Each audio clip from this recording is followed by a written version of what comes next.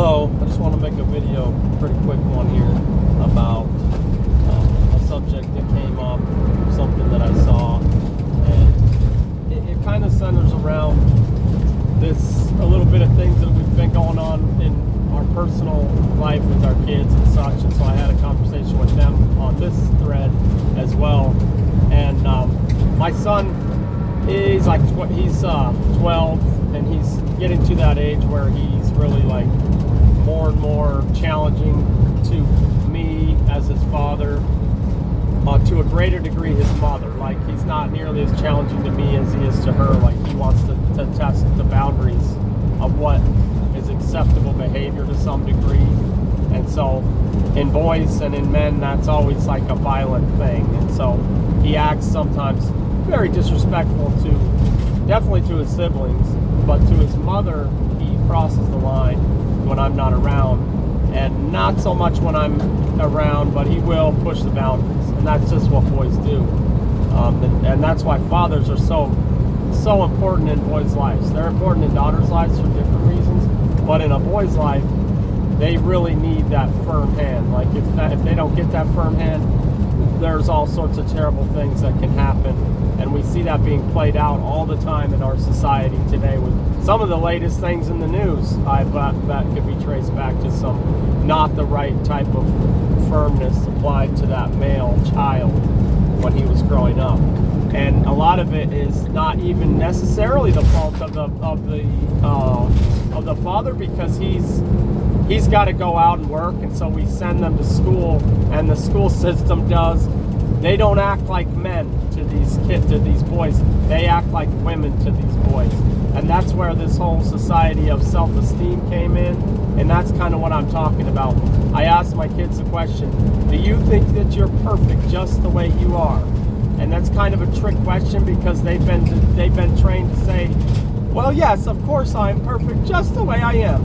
And we're a Christian family, so sometimes that gets leaked into that concept too. It's like, oh yes, you are perfect just the way you are. God made you to be perfect. And I know definitely my mother would have said that to me when I was, oh Deacon, you are perfect. You were just a perfect child.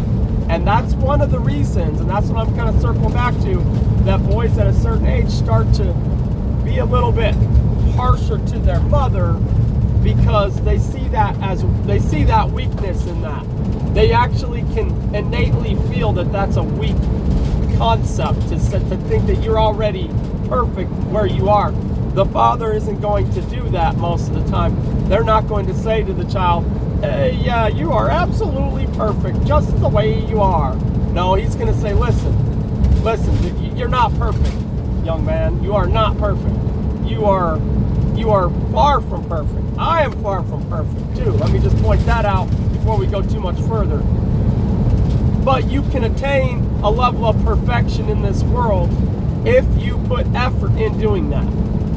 You may never be perfect in what we call perfection, but you can obtain a level of perfection. You can get better every single day. And if you go into it believing that you're already perfect, then why are you here? Like, what's the point of you even thinking you have anything left to learn or any place to grow? No, I'm perfect. And you can argue all you want against that concept. Oh, but you're hurting their self-esteem. You're hurting them worse by making them think they're already done, because then they're not going to try at anything. Why, if they're not? What I mean is, and I've seen this happen with the kids a lot of times, and kids will do this. They start something, they're not good at it, and they quit, because they believed that there were either that if they're not good at it, it's because they weren't made to be good at it, because they're perfect already. You see the subtle problem that exists with thinking that I'm already validated in whatever metric I try to do something in because I'm a good person. Now with girls, you can kind of sometimes get away with it. This is where the whole beauty concept comes from, where it's like, well, they're just beautiful and they're going to be okay because they're beautiful. And that works for some women sometimes. it's shallow, for lack of a better term. There should be more substance to you than your beauty, that's for sure, especially under the simple concept that you did nothing to earn that. You didn't do anything to change, to make yourself more beautiful, besides maybe the filters that you're putting on that are disguising what you really look like.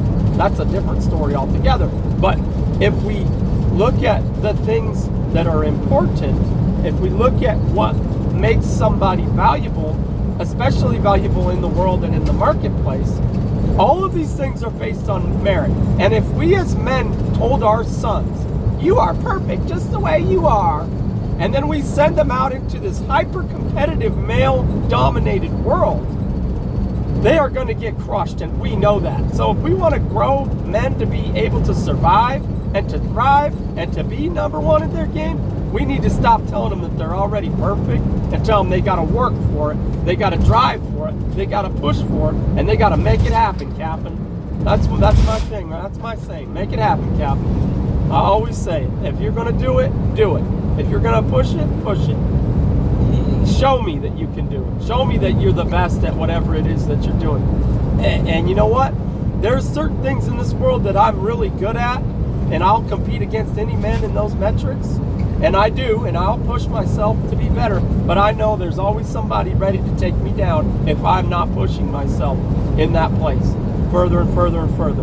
And just resting in one moment, in one time, at one point, someone will overpass me. Someone will come up behind me and take the lead. And that's the reality of the world we live in. And if we teach our children that it's some other way, they're the ones who are going to suffer in the long term. And I think that that's part of the big issue that we're seeing with these boys that are trying to grow into men, and they have these mothers. They don't have a father.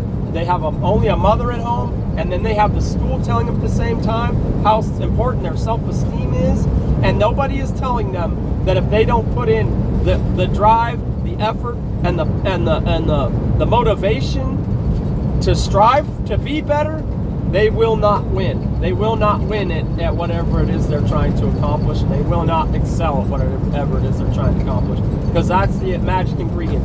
All the talent in this world, I don't care if you are the most talented individual in anything that you try to do.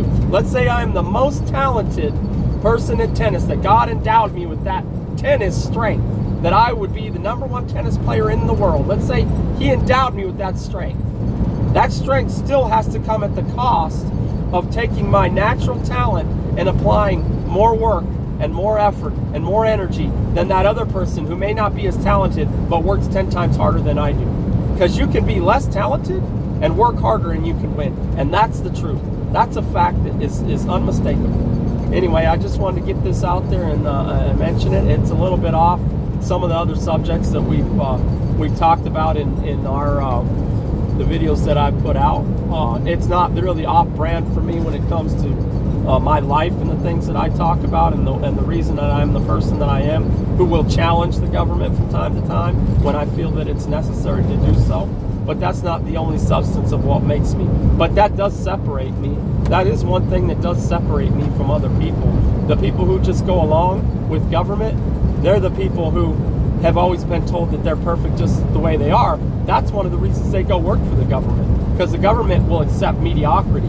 And it doesn't have to be about your merit, how good you are. It's just about getting by and you being the one that gets picked because you know how to shake the right hands, grease the right palms, and do all the right little things that need to be done to get in that position. And it has nothing to do with your real strength or value as a human being.